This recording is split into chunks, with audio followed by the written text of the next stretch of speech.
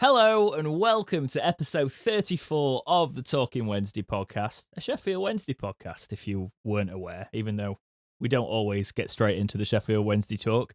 I am Dexterity Box, joined as always by Punk Chef 41. How has your week been, mate?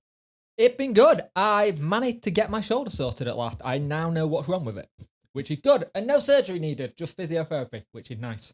Excellent. But I've got hypermobility all over the joint, which is lovely. Oh, I know somebody else with hypermobility. It's not fun. No, we feel like if we pushed her arm back, it would stay there. It's pretty much. Yeah.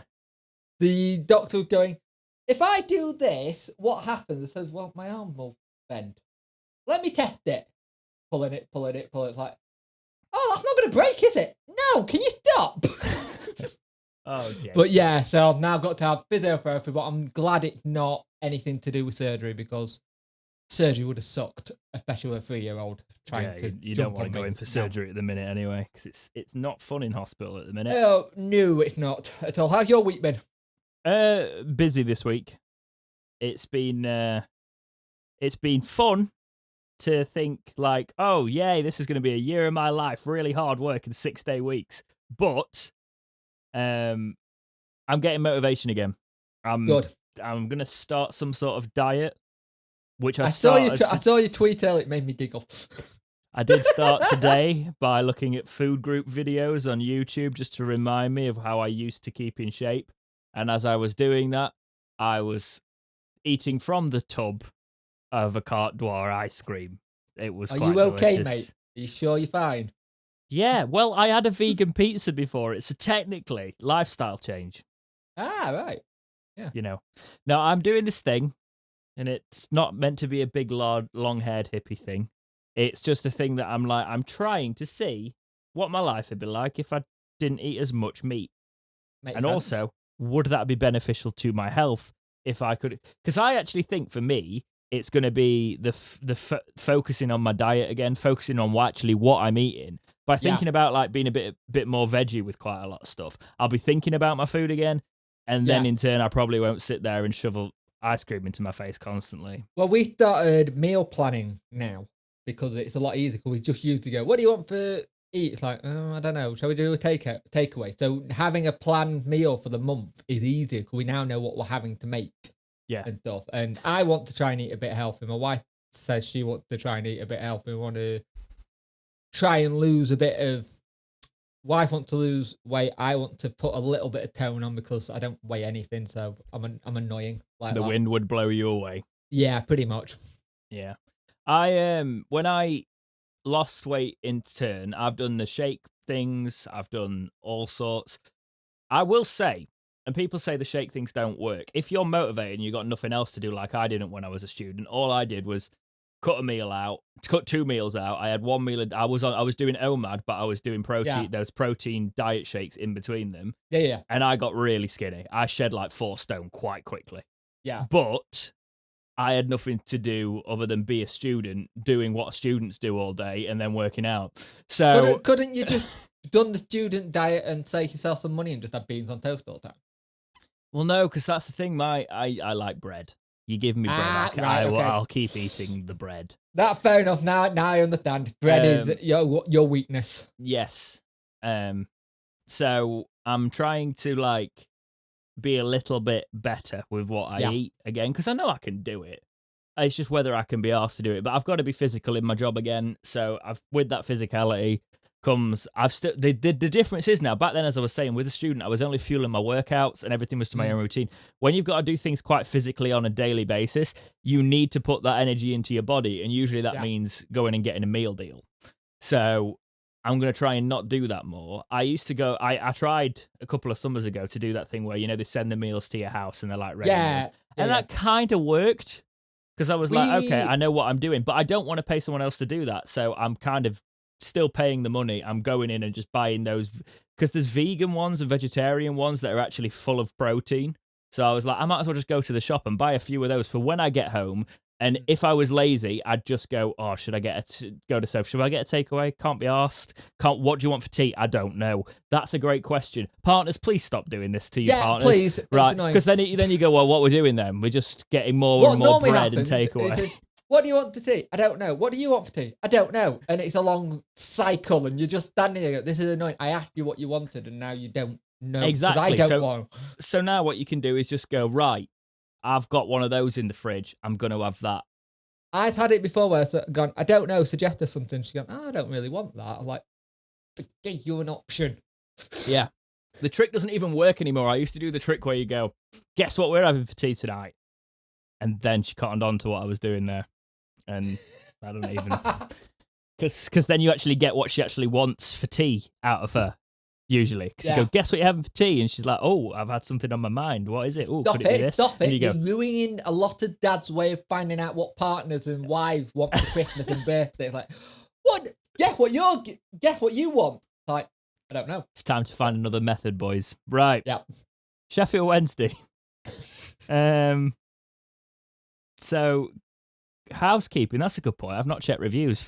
Feel free to fill the air. So, one of the things that I've been noticing with the Wednesday content at me, especially round the transfer window thing, how many people jumped onto the speculation from a lot of our videos actually about who were coming in. And the thing that I got is I love speculation and I love the transfer window for that purpose. But this is the first year I've actually properly gone in on transfers. I've never actually done them because I used to hate it when people are, well, that's not true, is it? It's just a rumour. Yeah. And I used to hate that. Then we just tell them to sod off now, so it doesn't really matter.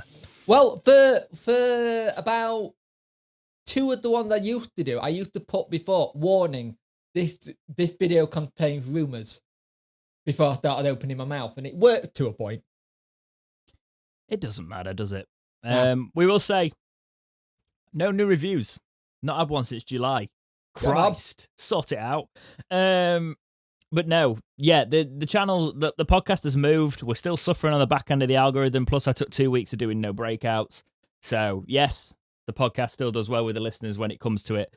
But the earlier, the better with the numbers would be great because that basically gets the algorithm firing up, and that's how we were growing before. We are still growing. It just it's taken a bit of a lull, this international break, but that's just the nature of content, I guess.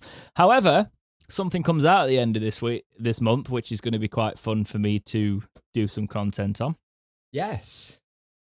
It seems like a very good version this year. Yeah, it does. That'll be quite fun. I'm actually looking forward to doing the Build Your Own Club. Yeah. Because definitely. I'm going to do this team. It's FIFA, by the way. Yeah, I'm going to do this team, and if no one who's listening, it's Ashwood City. And it's a fake team on a podcast I listen to, and it's hilarious. The comedy football podcast, and it's so funny. Are you promoting other podcasts on this podcast? I am not. I'm just saying it's a podcast if you want to go listen to it. Right. Newcastle.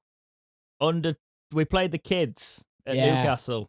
We battered no, we didn't. The kids. We played them at Hillsborough. No, we played the kids sorry, I meant the kids from Newcastle. There we go. They're not actually from Newcastle. They're probably from international academies. But we battered them. Pretty much. We got a win in the Pizza Cup. Put it this way, Liam Palmer scored against you, and I was so happy for that goal. Andy was captain. It was a good game, to be fair. We did play well. Might as well as just make it as testimonial. Bring the old pros on for it. They brought their kids. We'll make Liam Palmer's testimonial. Get Waddle's boots on. But I don't know why Waddle would be there. He just seems to be showing up at everything at the minute. He's like, where's Waddle? Yeah. That's better than I give it credit for. I'm sorry. That didn't really give you a reaction to that. That was actually pretty good. Carry on. Sal getting his first goal, and he looked pretty lively. Corbin just looks... I think we got quite a good loan in a sense, snap up to get him. Because he looked quality on the ball. He really does look good. And it was just an all-round good performance. And I'm now blanking who scored the second, and I had it up in front of me a minute ago. So, what did everybody have for tea? I can't do that on a podcast. I can do that on a live stream when we're filling the air and we're passing it in the middle of the park. And I've just said, And now the other team has got it in the middle of the pitch. And now the other team has got it in the middle of the pitch. That's what fills the air in my podcast. You can't, in my live streams, you can't really do that. However, I can inform you that I will be oh my Christ. Why have we just got like Saturday football for the next 56 years? Yep. Marvin Johnson, that's it. That really good volley. Well done. So all the people who knew straight away are going to be extra. They're going to be yelling at us going, it was Marvin Johnson. It was Marvin Johnson. We've got 3 Saturdays in a row. Yeah. I can't do any streams. And I'd love Welcome to League One. Yeah. I guess I could do Wigan, 28th. Yeah. But that's around when FIFA comes out, so I'll probably be bulk recording FIFA content. By the way, I'm going to be giving members and people in the Discord special access to this FIFA career mode so I can make them in bulk.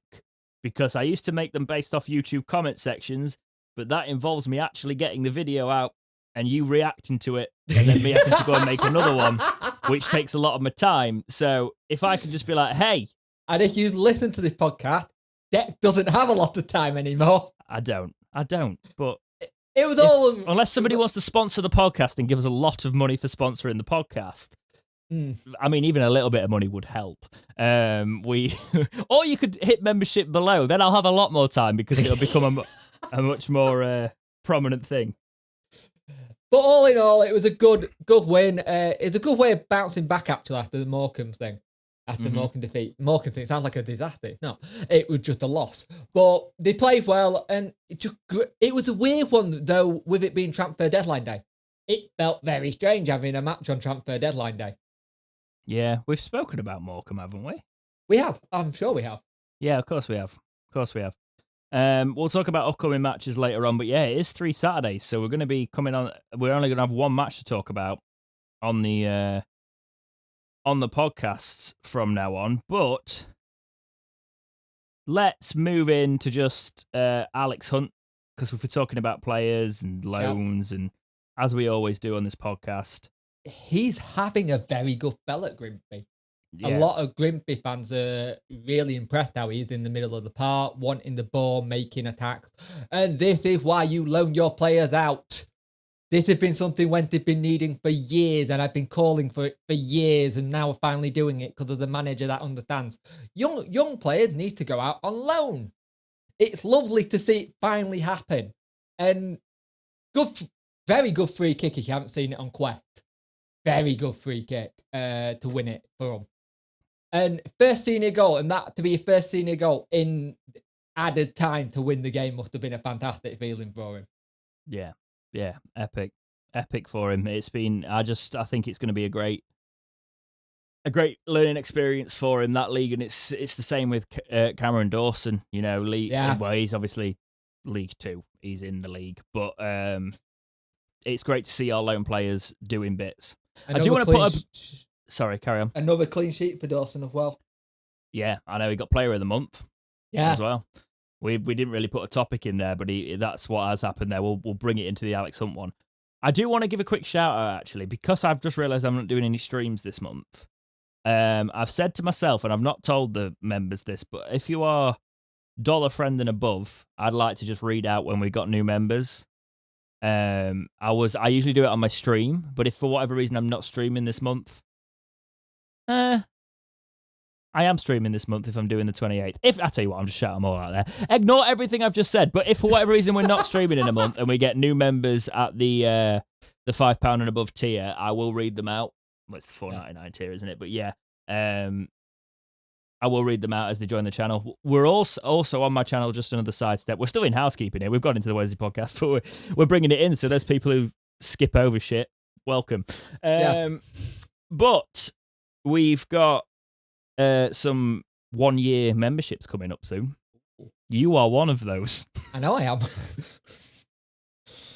Yeah. And, actually, I got that the other day. It's like, why are you a member to Dexter's channel when you're on the podcast? I was like, because I'm a friend and I'm supporting my friend. Yeah, and we haven't mentioned that in a while. We have mentioned it before. Just not in a while. That's how long the podcast has been going now. We're old hat. Yeah. Right. Now we will shut up about the housekeeping bits and get properly in to the transfer talk. The transfer talk is over. Transfer deadline day has been gone. And we have signed on deadline day announced one that came out of the blue pretty much, actually. No, it came out of nowhere. Absolutely nowhere. Is it Sadio or Sidio or Sido? Berahino. Berahino. I've been practicing. Epic. I'm going to take that for... I've also started using the word epic ironically, and it's in my vocabulary. You're watching something develop, by the way. He's a player that comes to us with an interesting past, but I remember that I said on deadline day, this is a FIFA wonder kid. This was a FIFA wonder kid. If you sign this guy from West Brom back in the day, he was quality. And I don't want us to lead on the negative there. I feel like we're going to have to speak about it in this topic a little bit. We're going to have to talk about the circumstances surrounding the player in the past, just because we wouldn't be doing our duties on a podcast here. But I do want to say, I think this is a positive thing if he's coming under a manager he can trust. How did you feel about this signing? I got very excited about this signing, especially after watching an interview you did on another podcast with Rio Ferdinand during the summer break. And it was very interesting hearing how things happened and what happened. He sounds like a very grounded young man now. And someone who matured. And the thing that got me is how much he keeps talking about how Darren Moore was a big father figure to him when he was at West Brom. He mentioned it today in the interview we did for Wednesday. I met Darren Moore on my first day of the under-12s and got a tour around the stadium. Yeah. He also called him huge. Moro, which is... Yeah, I didn't like that. What? Right, for one, why are we going to... Why is Moro where you go... Mourinho. Where you go, I don't know. I just felt I was a little bit taken back by that. I didn't like that one, but he's spoken well. He kept getting the word. We've brought the word massive back. It took us getting relegated to League One for players to start bringing massive back in their interviews. To be fair, I think there's a couple of lads who are in the media team who are Wednesday fans now who are going, you need to drop this in. If you don't drop it in, we'll have hell on Twitter. Say it. Yeah. And Barry Bannon's back on Twitter, which is... it's lovely. It's actually really nice to see, actually. Started really well. And what gets me about this... I mean, you can follow me, Barry. That is... just saying. What gets me about this deal is that it's a win-win for us. If it works, fantastic. If it don't, it's only a year deal. And not much wages. Mm-hmm. But under Darren Moore, I had the funny thing. He got this ability to get the best out of players when they're not great. I just feel like he's that kind of person.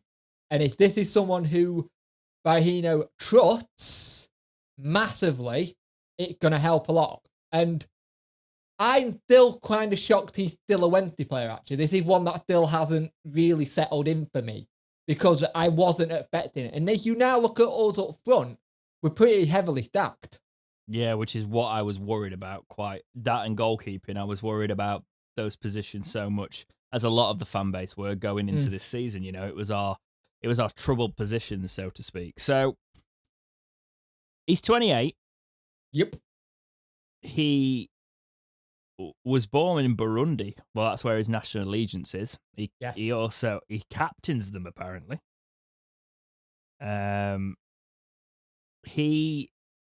Let's talk about his career. So, West Brom was where he made his name, right? And I even remember the talks at the time about, look at this player at West Brom. 2013-14 in the Premier League, 32 appearances, 5 goals. He also scored 4 more goals in the cup competitions that season, 9 goals for 35 appearances. Then he kicked on. He had his breakout season, 2014-15.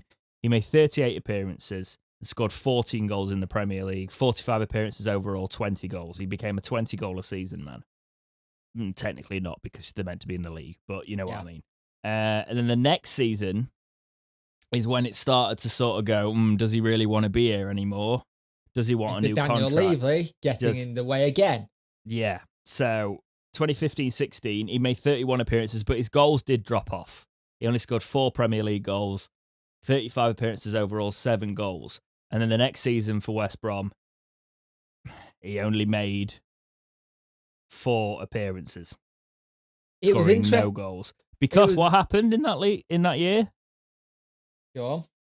He moved. He moved to Stoke. Remind me. He goes and remind me. I have no idea, James. I've not got it in front of me. I just completely soccer Saturday'd you there. You did. And he made 13 appearances for Stoke. And then the following season, he made 15 appearances for Stoke. By the way, in both of those seasons, he scored no goals for Stoke. And then in the Championship, he played in 2018-19, 23 appearances for Stoke, 3 goals in the Championship. Not the best, right? Because then he went to the Belgian First Division, where he's been since 2019, and in the first year, 22 appearances, 8 goals. The second year, 8 appearances, 2 goals. This year, before coming to us, he made 4 appearances, and now he's obviously come to us. He went on loan as well. In the 2021 season, so he actually scored 4 goals, not 2 goals. But he made 20 appearances when he was on loan and only scored 2 goals. Might be some appearances. That seems to me like a player who was coasting after the first year in that Belgian First Division, rather than making a name for himself and getting his career back on track. He was coasting by the looks of it.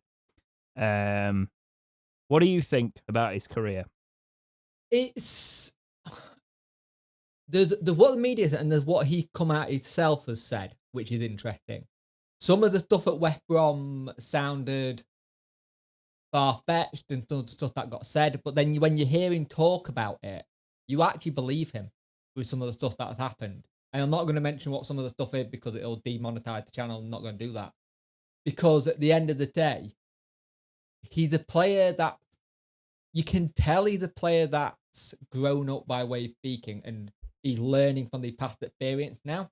And by the sounds of it, Stoke was just a depression trick for him that just didn't pay off at all. It didn't work, and he just needed to leave.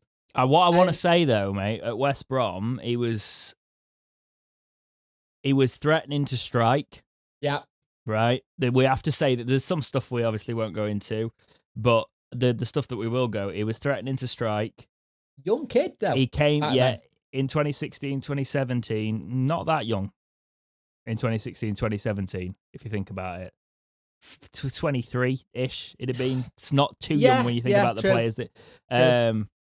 This is the season he came back overweight, so he was signed extra stuff. He talked about it being the most difficult year of his career, causing him to feel depressed and things like that, which is never a great thing there. No. But obviously, when he's put on the weight, he's then obviously the medical staff are in their rights to go sort it out. Yeah, it was all about not putting the shift in for West Brom at that point. He said he was doing it for attention. He actually says it in his interview. He was attention seeking. He's the kind of person, if it's not going right for him and not all about him, but somebody not coming in to check he's okay, it was his way of going, come and check I'm okay. Yeah. In a sense. And that's from his words. And there was an interesting clip in one of the interviews he did where he said he was sat in the dressing room and there was some young lad doing stuff like, what the hell are you doing? Why are you doing that? And then it clicked with him and went, that's what I did. Now I understand why all the senior pros hated me and wanted to just get away from me. So he went and said, look, you don't need to do this. You're a cracking player. Calm it down. Let's have a talk. Let's do this. That showed me there's a player there that understands it more now and gets it. And I think he appreciates that he got a second chance with us in England again. I do, because the thing is, what I do see is when he had his contract terminated at Stoke for the legal reasons that you can go into yourself, because obviously podcast, we're keeping that level.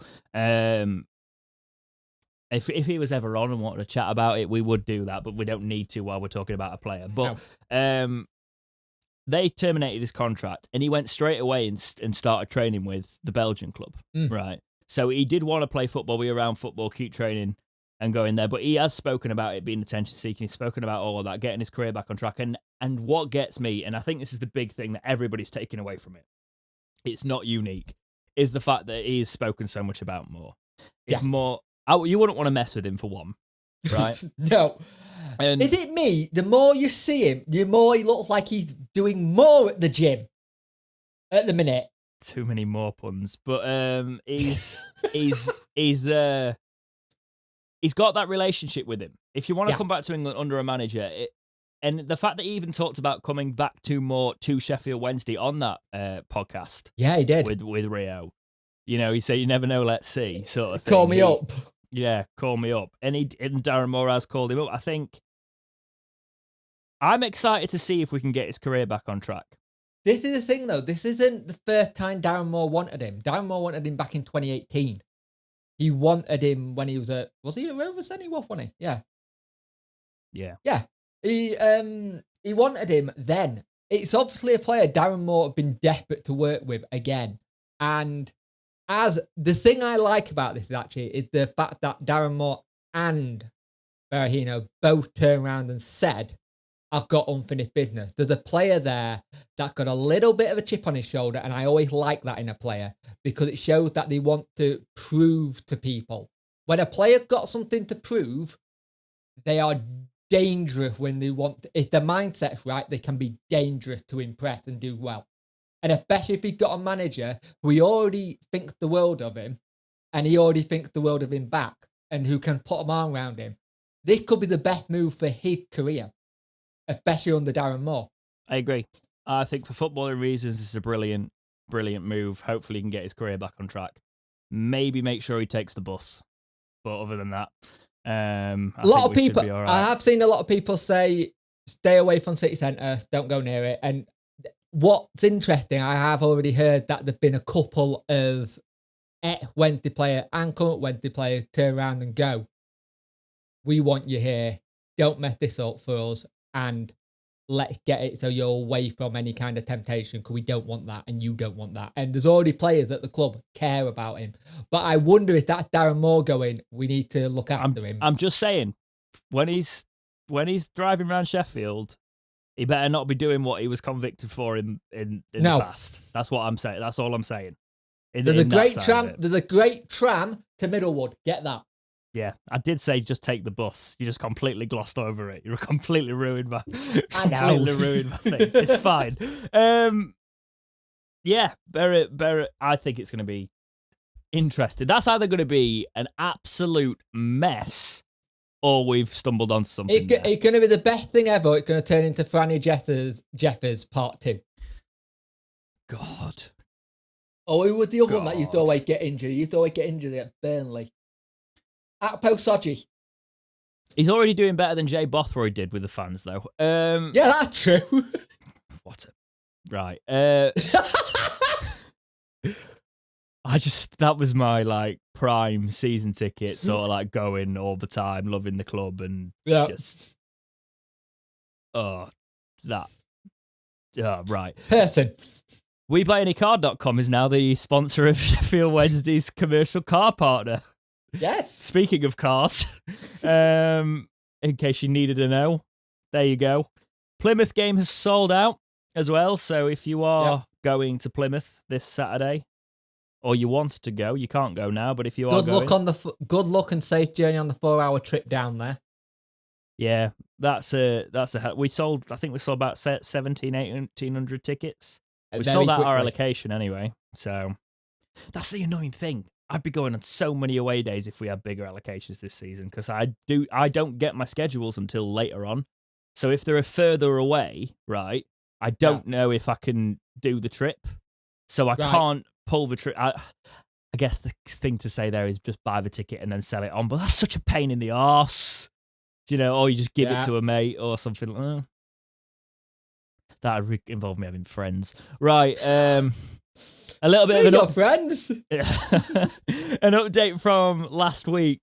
We were talking about Luongo. We were talking about surgery with the tear off the bone. That sort of. I don't know where all that's come from. What we were reading last week because Australia.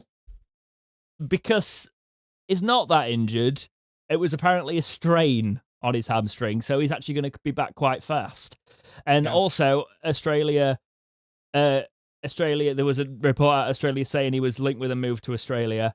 which is also crap, apparently. Apparently, Australian journalists you were speaking to? Yeah, basically turned around and said there's nothing in it. Fair enough.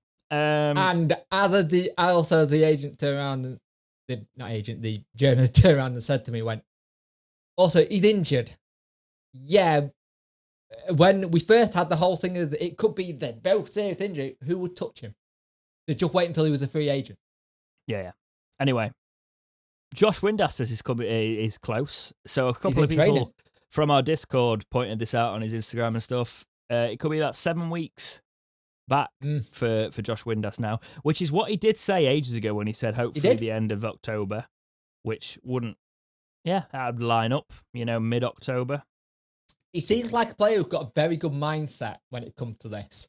It seems like injury doesn't affect him as such. It's like, I'm going to get through it. We'll get it sorted. I'll do the right things. And today, on the Monday, we're recording it, the Twitter put up a picture of Josh Windass. I think it was a video of him in training tracksuit, ready to go, which is fantastic. He on the ball? We don't know if he's on the ball, though, do we? He probably won't be on the ball. He'll just be on the grass. He might not be in the ball, but it's nice to see him back in Sheffield because he's been in London for the last couple of weeks doing his rehab. Yeah, true. Shadipo's also close, apparently. He's actually very close. He gave an interview saying that pretty much putting his injury behind him and he's going to be ready soon by the looks of it. And I think a lot of people forgot about Shadipo because of how quick his injury was. So we have got another really good player ready to come in. He's 24 as well, so he should be able to shake it off fairly easily. Obviously, age doesn't always relate to that, but it helps. So, no, that's Berahino's legal history. Close that. All the research. So, obviously the transfer window's shut. We're not going to be talking about too much speculation on that end. But we could potentially still bring in some free agents. That market is open. Is there any that stand out for you, Punk? At the minute, I don't think there's much we need, actually. I actually think we're quite settled in what we're there. Mm-hmm. You know what I mean? I don't think there's anything. I like another right winger if we could. That's it. Because we're very stacked on left side of players, but not much on right. But Patterson can play anywhere. So I'm wondering if that's the thinking might put Patterson that position anyway. You know what I mean? There's just not don't much... put him up front, for Christ's sake. He's not a striker.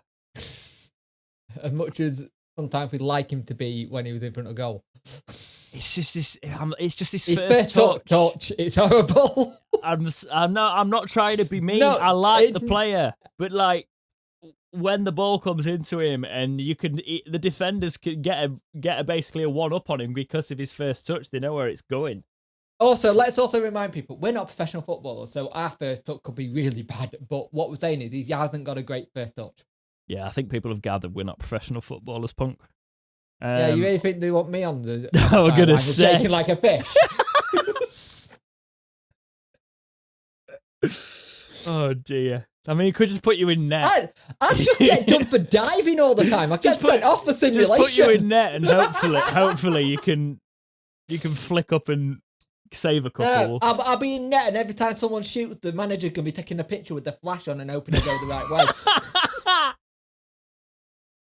When they do the big things. Oh.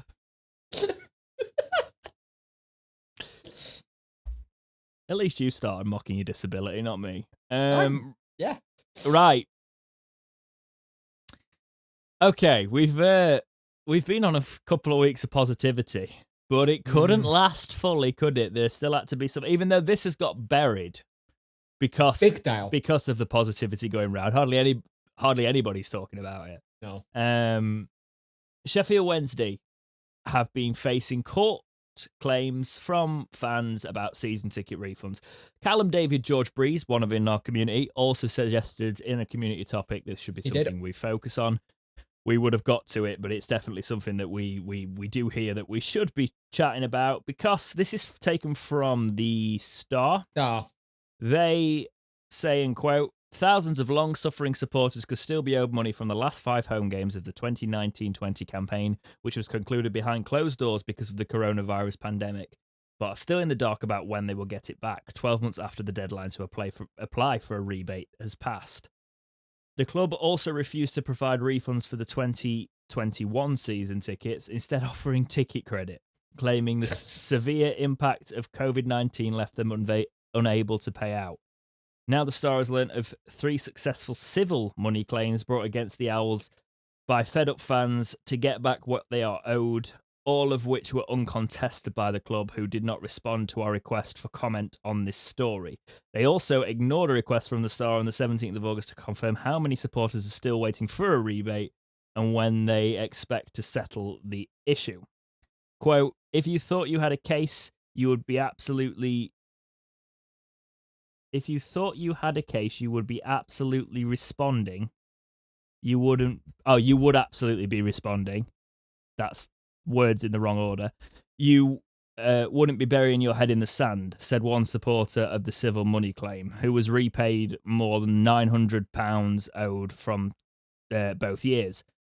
Quote, if you can't be bothered to contest it by default, then you are admitting the case against you is good, which is, end quote, which is the what Wednesday did. So, yeah. What I will say on this is civil court is very different. Claims can be made about this. If there's uncontested claims, if you really care, take them to claims court. And it looks like they're not even contesting it, so you'll get your money back. Yeah. There's a lot of people who make a big fuss up about it, and when they get told they have to go do something, they won't do it. I have seen that a couple of times so far. I will play devil's advocate. You shouldn't have to. The club should. No. The club should give you your money back. Give it straight out. However, with the positivity around me at the minute, I'd turn around and go, just give me another season ticket. Fine. Give me 2. Yeah. I'll tell you what, let's negotiate. Give me 2. Yeah.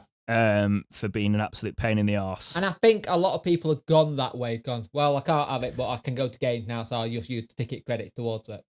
Yeah. Exactly. I understand if it's something like this is what you have as your pastime, this is what you spend your money on, and you really struggle for cash and you really need that cash back, go do it. Go do it. But also at the same time, don't complain when somebody told you how to do it, expecting the club to do it for you. You've got to go out and do it. Yeah, it looks like you're not getting your money back, which is wrong, and they should be giving you. And on Wednesday, please sort that for the fans. It shouldn't be happening there. They've even got quotes in this article saying they will never go back until the ownership's changed. You've built some good relationships recently, and it might go good way of building it a bit more as well. I don't like this line that Chansiri probably has in his head. Well, if they're real fans, they'd just want season tickets again. Why not help the club in that way? And it's all about help the club, help the club. I understand all of that from a financial aspect, but the good moves are moving now. We shouldn't have to be taking people to court. You know, we shouldn't have to take the club to court to get money back for season tickets. At the end of the day, there's fans here that support you thick and thin through anything, throughout their entire situation, where sometimes they still come to the club even though they can't. So at the time as well, I remember we did an episode on this when it was going out, and I put them through the ringer. I put Chansiri through the ringer. You know, so did you.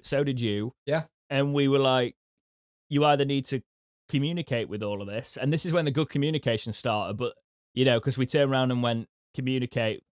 Yeah. Not like it had anything to do with us, but I think all the fan base was there at the time. You know.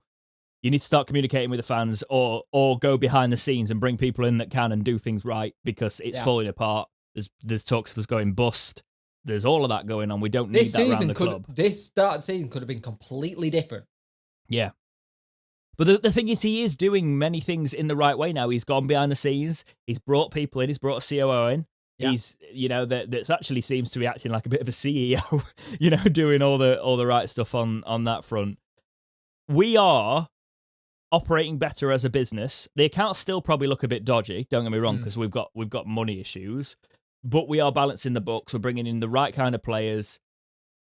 Just sort something out with the fans. We don't need this dragging on. It's like we're learning to be a club again, in a sense. You know what I mean? This will hold us back, though, in terms of those fans there's some fans that are never coming back watching series here, right? Yeah, I've got a couple of mates who won't buy anything. They won't come back. They won't do anything until they're not putting a cent in. And I understand. I'll get some stick for this. But I do have to ask, what portion of those fans that are saying that on Twitter never actually ever go or ever actually put a lot of money into the club apart from the big games? Because if you're I'm going to let you have this one. I'm going to stay out of this one. Because if you're a sucker like me and the rest of like Wednesday fans, you can't say, like, I know what it was like around my Twitter and around it when all that crap last season, all the way it made me feel, all of that. Even though we were in League One, as soon as it came to the night, I felt like a kid on Christmas the night before the football season, because that's football, you know. Yeah. But I do think this will have turned some fans who genuinely do get that feeling into a moral principle of not paying for football matches anymore. And I will pause for a second while Punk does whatever he's doing. Child. Yes, darling. Go on. Oh. Child and dog. I got the full combo. Don't work with kids, don't work with animals. Sorry about that. That's all right. Apologies mid-flow. Punk's child and dog interrupted at the same time. Not the same thing. Right, so I do think this will have turned some loyal fans against it and have to, even though they got that giddy feeling. This is why I'm not saying it won't be all of the fans that actually just moan for moaning's sake and don't put things in. There will be season ticket holders that go, you know what, morally, enough's enough. I can't take this man anymore. But from my perspective, he's doing the only things he can do in his situation without leaving, right? Yeah. If he's not going to leave, he's doing the next best thing and bringing in the right people to do the job. And also remember, if he's leaving, he's got to have someone willing to buy the club. Yeah, exactly. It's like, I could want to sell my house, but unless somebody wants to buy it off me, I'm stuck with it. I think fans look. The bottom line is, if you are never wanting to put money in this club again and you have been a loyal season ticket holder, I feel for you, you know, because you are the basis of this club. Yeah. But there is also the people. It's the social media sphere that gets it all bubbled up. There will be the same people that moan and moan and moan. And there is a high correlation from my experience of watching every match and doing the analysis and then talking to fans. The people that I see constantly that come up on the hashtag that are moaning about it, you ever press them on anything, they give such bad takes on certain players' performances and things like that, to the point where you're like, are you even watching the matches that aren't on, like, national television? Yeah. Because there is a sort of an armchair perspective there. But what gets me is the worrying thing of losing actual season ticket holders. Because if that's the thing, just give them the money back, man. Pretty much. It's very simple. But other than that, everything's positive around Sheffield Wednesday at the minute, which is weird. Shush. It's okay. You're in a happy place. It's a calm environment. You're fine. You mean these walls aren't padded? Right. Right. Moving on. So, we seem to also, going on to another spell of positivity, we seem to be actually doing the right bits of business and renewing contracts. Where it's weird. We're running it like a football club. It is. We're actually running like a functioning football club. It's been in reports today, I think, from the Star and other. No, I did put it in there. Where's it gone? At Zanham, Yorkshire Live at Zanham. The Yorkshire Laminer, who were talking about reports in the Star, I will just add, so we could have just used the Star as the main source. Oh my God, so they've suggested that Wednesday have opened negotiations with Patterson over a new contract. So this is another one to add to the contracts of Bannon and Iorfa. What do you think about this? Because Patterson's been in for a bit of the stick for like being a utility player but not being the best striker or not being the best there. What do you think of this as a business move for Wednesday? In terms of business moves, I think it's smart because then we can, if it doesn't seem like it's working in January, we can sell on and get something for him. But I actually think more likes him as a player. I think more like Hughes. I think he likes seeing what he can do and how he plays and how we can actually use him. Because if you notice, Yeah, he got to stay for that reason just there. If you're listening, he's holding up the big P shirt, 69. He got to stay for that because we bought shirts with his This name cost on a the back. fortune. Didn't actually. It was on sale. It still cost too much for a joke. But if you look at people like, what does he offer? Well, look at, he set the goal up for Canberra to get that thing, and he works hard, he's dogged in trying to win the ball back. I think he can be a little bit overzealous in that sense and can get a little bit too into the action, and the Scottish in him properly comes out. It doesn't help when Barry Bannon's next to you also yelling. I think it like spurs him on a little bit, going like, go on, you can have him. It's the referee, Barry. We can't do that. But at the same time, yeah. But at the same time, like he said, he's settled here. He's happy here. And it sounds like it's the most settled and happy he's been for a while. That can only be a good thing in terms of him playing for us. They also report we paid about 500k for him, apparently. I didn't know that. Deal. That's a steal if we did. Yeah, that's it. Is he 26, 27 still? I do think I think he's mid-20s, mid to late, not late, mid to late mid, if you get me. Yeah. But what's your take on it? Do you think he's still got a place in Darren Moore's team? Well, I've also heard that it's actually a case of apparently he took a massive wage cut because there was a relegation clause in his contract that hit. He's 26, by the way. Right. And it hit, and he's actually this new contract will probably be another year with a bit of a wage boost in there. It'll be renegotiated terms because he took a bit of a hit coming down, and I think it's actually a good way of doing it because he took the hit in the contract. This way, he immediately secures we can get another year out of him, maybe because his contract is till 2023 at the minute. Say we extend it to 2024 and improve the terms, that's a good bit of business for me. However, I do find it weird if we don't extend it beyond 2023, which I do also think could happen. This could be more of a case of making the player happy, which would annoy me, unless we've put in protections like an optional year in there. If we put an optional year that's mandatory and it's the club that decide whether it gets triggered or not, then I can also see it, which is probably the likely thing. If I was to try and put my psychic hat on, get my little crystal ball out, I think it'll sign till 2023. It won't be a massive thing. But what we won't see in the fine print is there's an option for another year there. Yeah. It was the one where I like him to get a deal done. He seemed to fit what Moore's doing at times. But the one I want to see, and no one will like this, I want to see Palmer get a new deal thrust in front of his face. And I know that's going to anger the fan base because it is the new kind of new Hugh situation. But he deserves the contract. He's working well, and people go, oh, you're only doing this for sentiment. No, he's massively improved and he works well. That's the one I want to see get a contract first. Definitely. Palmer should get at least another year with an option, I think, in there. Let's look at those players out of contracts into this year. So this summer, currently left, it's Che Dunkley, Massimo Luongo, Liam Palmer, Callum Patterson, Joe Wildsmith. I think he's gone at the end of this season, if I'm perfectly honest. Sam Hutchinson, Jack Hunt, who obviously we signed this year. Yeah. Berahino, who we've just been talking about, our new signing. He's only got a year to the end of the deal, but there's an option for a second in there. Kieran Brennan. Marvin Johnson, yeah, as well. Sorry. Who's also only on a year deal and we just signed.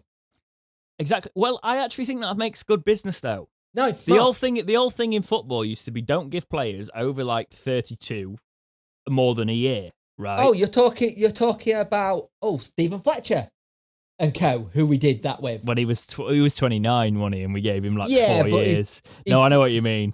It's like the only thing I've seen that's worse than that is Huddersfield Town giving Jordan Rhodes a 31-year-old Jordan Rhodes a 3-year contract, and he's injured. Who could have seen that coming? Oh, only everyone. So, actually, no, in fairness to him, it's not always injuries. For us, he was just crap. It just didn't work here. He seems like such a nice bloke. Yeah. But it never worked for us, you know. And I used to be really, really nice to him, but he didn't even say anything when he left. And that rubbed me up the wrong way. Don't worry. Yeah, and obviously loans of Shadipo, Peacock Farrell, Wing, Camberi, Corbanu, and Gibson loans. So basically, this squad we've assembled this season, half of it's got the option to go next season. at the end of it. So I would like to see more options put in front of Liam Palmer's face. Luongo, we need to check his injury record. For me, it's a risk. Yeah, definitely. Jay Dunkley, I want to see more of. Can he keep that injury free? Because he's a good player, just needs to keep injury free. Hutchinson, I'd use the extension on him if he keeps injury free till the end of the season after he comes back. I think we're gonna have to see how he does in cup games. I think sadly he may have to find somewhere else next season. But yeah, Joe, I think Cam's gonna come back after this Exeter loan, and we're gonna give him a crack at number one. That's what I actually think is gonna. Even though I want, it does feel that way, doesn't it? Yeah, I feel like he's going to come back and we're going to give him a crack at number. We need to know if the defence respects him. Because if the defence has seen what he's done and they can respect him, that's a big part of it. Because he's the hero with stuff in a lot of places. You know, he's doing that. He's helping organise the defence and things like that. It might just be a culmination this season that we've got a really good keeper, but we've got Iorfa back as well, and that's the perfect blend of and Hutchinson at the back screaming at everybody. You know, that's the organised. Scary when he starts screaming at people, especially with his blonde hair. He looks psychotic. Blonde hair people are psychotic. You heard it here first from Punk Chef 41. Right, yeah. Jack Hunt's another one. Take it or leave it for me after a year. We've got to see how he does over the season because I've said his legs do appear to be going slightly. Whether or not they fully go this season, we'll see. But we did say that was the risk when we signed him. We did. Marvin Johnson, see what happens. Berahino, we'll see what happens. Kieran Brennan, probably time to tie down a youngster after you've started playing him in the cup. Give him another year next season, year or two, but then send him out on loan. Do a little bit of a Alex Hunt, get a bit more thing, or even put him in it if you feel like he's up to it. But he's playing cup games, he's looking okay. Looking at the loans, get promoted, chuck 6 million at Burnley for Bailey Peacock Farrell. And give them a buyback clause of 9 million, 10 million. If I would also like to see, if we did go up, reloan Corbinu for another season. So I think you're way too early on that one, mate, in my opinion. Like, we need to see more of him. I liked what I've seen so far, and if he keeps it up, then yeah. We'll revisit this topic, obviously. Yeah. Of course we will. But yeah, they're the players that early looking at out of contract. That will change over the course of the season, I am sure. So we will see what happens. Also, it depends on where we are in January. You never know. There might be stuff where more like, right, I want to properly push. Can I try and get some deals done now? Because you do have it where they go, it's a season on loan, but I like to have him off squad in January. What can we do as a deal? Okay, moving on. Plymouth are our next trip. So a long road to Plymouth.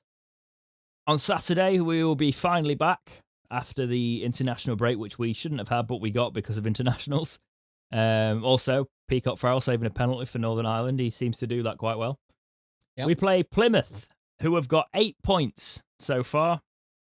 And their record is 2-2-1. 2 wins, 2 draws, 1 loss. So not too bad. They're 13th in League One with that record, though. Their home record, we play them at Plymouth as well. Yep. So their home record is 5 points. Their away record is 3 points. So they are better at home. They've not lost at home. Can you imagine what the reaction for their gaffer going to be from our lot? Because he's a legend at Wednesday a little bit.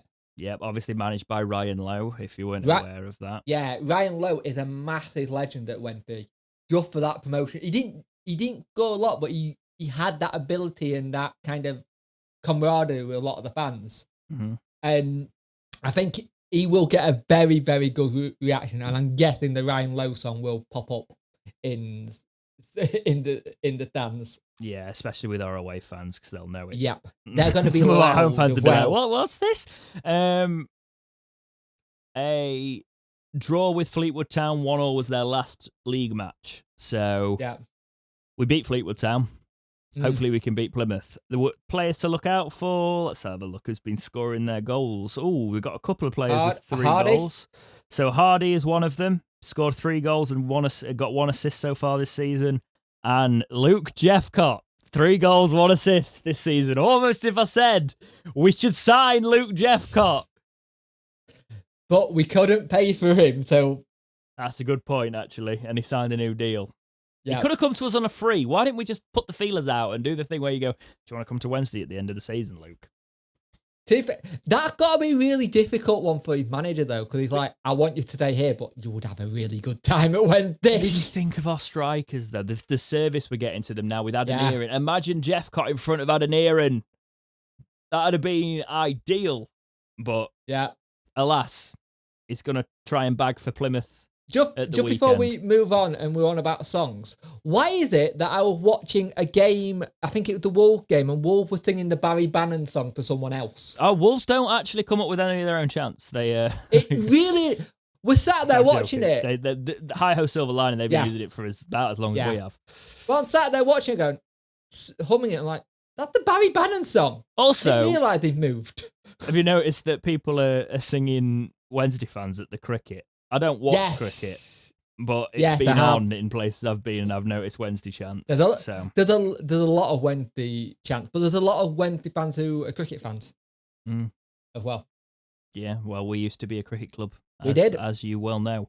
Right, on to the community section. So, first question, submitted to Discord a couple of hours before this and went, hey, get your topic, turn your notifications on Discord, because we do have some great chats in there. But when I ask for something rapid, people clearly don't have Discord notifications on. I need something. If I say I need something within the hour, get those papers on my desk within an hour. Been watching too much Suits. Right. I watched like 9 seasons in 2 weeks. That's what happens when I've got time off. Right.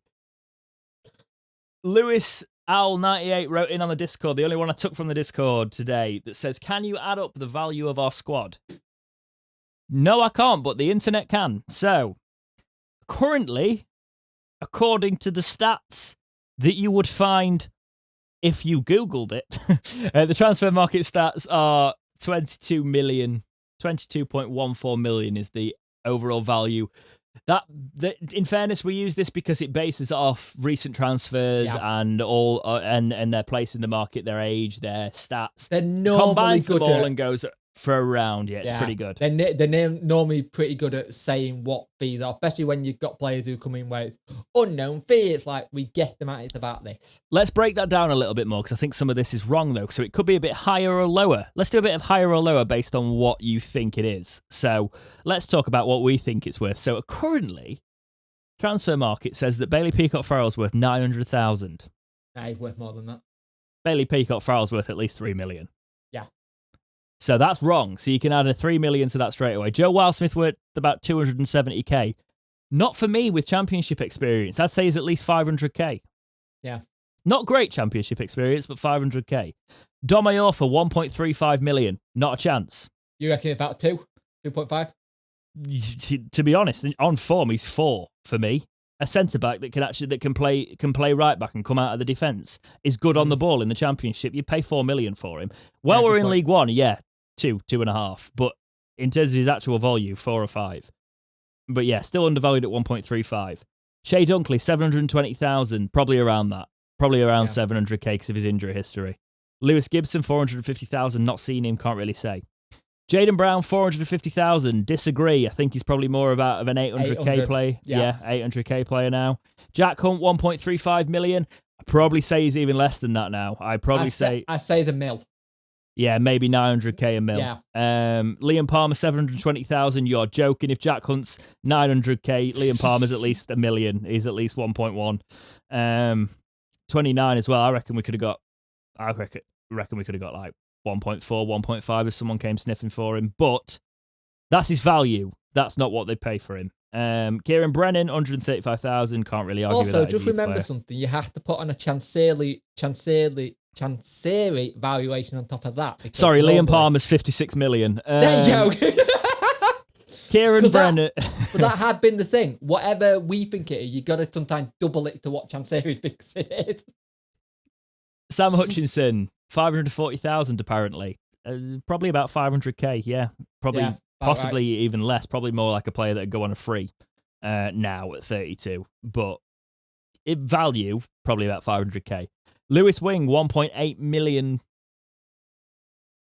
Probably about 2. I don't know. I'd say 1.5. Because if you think about the lack of game time, played at Rotherham, he's now playing at Wednesday in League One. That was such a dig. Yeah, I know exactly. Like if he'd have played at Wednesday at Championship, I'm not going there. if he'd have played at Wednesday at Championship level, but like he's not. He can't get into that Borough side. He's not been. He's not been fancied by their managers. Apparently. Actually, one of their fans commented saying he was done over by the Pulosaurus, and we know about the Pulosaurus. Yeah. And then Warnock's just not fancied him either. So it's, I reckon about 1.5 in my personal estimation, but 1.8 probably market value. Barry Bannon 1.62 million, about 3 at least. Yeah. Even at 30, even at 31, he can change games. He can spin on the dime. This is where we get called deluded fans, thinking your players are worth what they are. Remember, it's opinions. It's opinions backed up by bias. So take that. Massimo Longa, 1.44 million, not with his injury record. Not with his record. He's probably half that, 700, 800k, in my opinion. Yeah, that's about right with his injury record. Nobody's not a million. You can take a chance on 700, 800k that his injury record's going to hold up at 28 years old. Because 28 years old for a player of his quality, 700k if he wasn't injured would be a steal. You know. You do realise we bought him when he was still injury prone, and we paid a fair bit of money for him. We gave a 4-year deal to a 29-year-old Stephen Fletcher. Oh yeah, punk. George Byers, £1,800,000 apparently. I've not really seen enough from George Byers. No, he's in the same category as Wing. Looking good so far, but the nice thing about him, he is ours. So Dennis Adenir in 360k. Oh, a lot more than that. He will be, but no, he's crap. He's worth 10p. He's not worth nothing, 20 pence. Stay away from him. He's not a very good player. He's got poor attitude. He'll mess your quad depth up. 360k is what we'd get for him. But he's probably off recent form. You could probably like con someone out of 500k. However, that he's 22 years old. In a year, I could reckon he could be easily a 1.1, £2 million player because of the way he's coming along. However, no, 20p is crap. No, he's gone up. It was 10p. Yeah, well, inflation. I want a bit more inflation. It's the Thai baht conversion rate. Right. Fasayo Deli Basharu, 360k. 270k. That's probably about accurate for a youngster. Right, 250k. Marvin Johnson, 1.35 million. No, about 900. Yeah, about 800, 900. Josh Windass, 1.8 million. Well, he was valued at 5 million. I think he's probably... He's worth 5 million Chancery's eyes. In the Talking Wednesday, we're going to double that as well. Yeah, it's 10 million. You're not having him. No, but I think 1.8 to 2 million is probably right for his market value. But he's more valuable. He was a £5 million player to us. If you're going to take him, we need that sort of money for him. Silaso, 400k. Can't really say anything about Silaso. Not seen much. Shadipo, 180k, apparently. No idea. Addy Owen, 135k. Callum Patterson, we paid 500k for him, apparently, valued at 1.62 million. We got a steal. Apparently. I'd say he's a 800k to £1 million utility player as a utility player. You could probably get 1.2 if you pull. Just because of the positions he plays in. Not up front. Up front is worth 5 pence. I'm sorry. I want Patterson, we would like you to come on the podcast. I would actually love him to be our first guest. My co-host will stop you slating you up front. Just sort your first touch out, mate, for Christ's sake. Everything else, he's a utility player. He can play in positions. He gives it all. I like him. I think he's a dude. But please score goals if you're going to play as a centre forward, because she's listed as a centre forward here, mate. Because he played a lot. Right, Berahino, 1.35 million apparently. Probably around $1 million based off his reputation. Yeah. Corbanu, 900,000, pushing $1 million. We'll have to see. But he's looked good. He's highly rated as well. 19. Yeah, actually, I can see that he's 19 years old. Yeah. So about $1 million Wolves would be what they want for actually him. really rate him, and so do Wolves fans, and they want to see Well, him in their he's first also team. breaching the Canada side, isn't he? He's being called up to the Canada side. Canberra, 495k, so 500k. Don't know, not seen too much of him. I think he needs to show me a little bit more. Lee Gregory, 450,000. 33, probably right. Yeah, about right, yeah. Because his goal record, you'd think a bit more. He got a very good, but his best goal record was when he was in League One. So I'd say actually, 22 million. If you think about how they've overvalued our players and undervalued some players, I'd say that probably sits out quite well. Putting on Alex Hunt and Dawson, where would you value them? Should I actually find what they're valued at? Oh. So Dawson is a name as I'm searching for him. Oh! He used to be valued a bit more than that. 270k. I'm sorry, but he's been in the team of the week for. I think if this gets updated, he's got to be at least 500k with his performances in League 2 at the minute. But then again, it's probably 300 actually, because they don't rate people from that league very highly. And Alex Hunt is currently on loan at non-league, mate. I thought he was in. Oh, he's Grimsby, isn't he? I thought they were up. No, they're National League, mate. They got relegated. So Grimsby are why has this site just shown me Thogden's face? And Thogden is worth how much for Bolton? He's doing little videos for adverts on. Oh yeah, I've just got it as well. Apparently, right, 180,000 apparently, probably about right for a young player. However, he's got the potential there. So yeah, there's a couple of deluded Wednesday fans overvaluing their squad. Oh, you're in League One, you think you're massive, and you got a £22 million. Well, actually, the internet says it. So if the internet says it, it must be true. It's true. It must be true. Oh dear, that's going to be a breakout as well. Incoming hate. Right. So, moving on. Thank you, Lewis, for that. Thank you very much. That was a community topic, even though it was quite a long one. Zax to 55. What would be your ideal end to the season? Mine would be the League One title and the Papa John's Cup. That's probably the ideal end to the season. Yeah. However, I've realised I probably can't go to the final, which upsets me greatly. Oh, no. So I don't really care about the Papa John's Cup. You don't care now. You're going to throw it to one side and not bother. Very sad. Christopher Elsie says, it's great we have avoided losing our big players and tied them down with contract extensions such as Bannon and Aorfa and Windass. With the good work Moore is doing, do you worry about losing him during the season? As managers higher up the football pyramid struggle and lose their jobs, it is likely that Moore's name will be thrown in the hat as a possible successor. Go on. It's a difficult one, this one, because he kind of already done it. To Doncaster Rovers. To Doncaster Rovers. So it's that thing where he's already done it, but when you hear what's happening at Doncaster, I think there's stuff that has happened behind the scenes. And he's like, Is this where I do it again and I go, don't you dare. There's a difference. Can you hear me, yeah? Yeah. Can you hear? There's a difference between Doncaster Rovers and Sheffield Wednesday. Do you ever want to come to South Yorkshire again? I've got no choice, mate. You have to drive through some of these places. No, I go through Donny all the time. Yeah, I know. I play Donny quite a bit. I used to back in the early tour circuit. We used to do social a lot. We used to do. Do you ever do the Leopard? Yeah, once. My sister used to run that. I've done all sorts. I used to do the Rock Bar.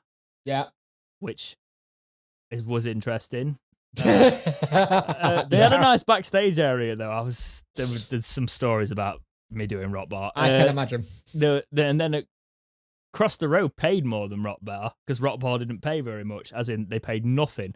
So there was they did ticketed events. That's a bit different. There was I don't know if it's there anymore. Is it still there? I've not been to Donny in a couple of years into town, but there was like the Flying Scotsman or something across from Rock Bar. I can't remember if it's still there or not. The Flying something. They paid all right, and we had a laugh there. This was early days of the band. This was like 2000 and it's not even the same band anymore. It's completely different. Nobody from that tour is still with me because everybody leaves. But no, it was everyone leaves, or the creative differences, and Dex is still there. It was 2016 or 17. 2016, I think that. I think the problem with this is any manager that does well in League football. One, sorry. Yeah. Anyone that ever does well in League One will always get linked with a job higher up. It's just I don't think he's going anywhere. That's what I'm saying. I don't think he'll do it again. And I think the reason he came to Wednesday is because he realises the size of the club he's going to be managed. I wasn't being an arse to Donny there. He's going to struggle to get that club size again. Look at what he's building now, and look at what every single player is saying. Our goal isn't playoffs. Our goal is going up champs. The gaffer told us we're top and we're top only. Yeah. He has put such a winning mentality into these lads. And it's no disrespect to Doncaster. At the end of the day, we're a bigger club. We've got a little bit better finances with what we can bring in. We've shown that. And I think for more, he tried to get you up one season, didn't work. And I think that was due to COVID, actually. It didn't go right due to whole. And he was in a good position. Then he started going on a losing run. And when he started going on a losing run, there were already fans calling for him to go then. So there might have been a bit in his head where he'd gone, well, if the fans don't want me now, I'll go. See ya. He could be one of those managers where I'm hearing the hate. If something comes up, I'm off. Yeah, and you got to remember that what I was trying to say, in all due respect, is Donny haven't established themselves as a championship club when they've come up. Wednesday are a club that were pushing for the Premier League. And yes, it could be the same thing but unless a club wants a full, you've got to realise Darren Moore's a rebuild man. Unless you're a club, what size of club need a rebuild like Sheffield Wednesday needed that are in the championship at the minute? He's not going to go to Forest. Not go to Derby. Exactly. Yeah. He's actually got a chairman that he's got a good rapport with here. I know he had that before, but a club that size, and I'm talking like the Derbys, the Forests, there isn't one in the Championship that needs a rebuild. They need promotion push managers that can come in and do it straight away. Look at what people said when Darren Moore got hired. People said, this is a rebuild for next summer. This isn't for now. This is in case you get relegated. And people will go, he's not had a promotion yet or anything like that. He built and ready to get there. He's never had that finished job yet due to whatever's happened. To be fair, when he was doing his bits at Donny, he got a bit screwed a little bit with everything that happened in the world, like everyone else did. Yeah. He probably would have gone up that season with them. Yeah.